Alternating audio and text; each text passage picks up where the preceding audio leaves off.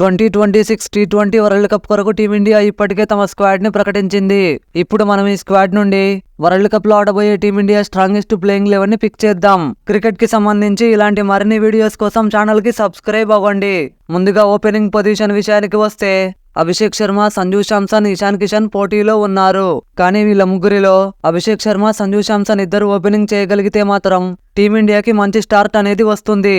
ఆ తర్వాత నెంబర్ 3లో తిలక్ వర్మ, నెంబర్ 4లో కెప్టెన్ సూర్యకుమార్ యాదవ్, నెంబర్ 5లో హార్దిక్ పాండ్యా, నెంబర్ 6లో రింకు సింగ్, నెంబర్ 7లో అక్షర్ పటేల్, నెంబర్ 8లో హర్షిత్ రాణా, నెంబర్ 9లో హర్షదీప్ సింగ్, నెంబర్ 10లో జస్ప్రీత్ బుమ్రా, నెంబర్ 11లో వరుణ్ చక్రవర్తి ఆడతారు.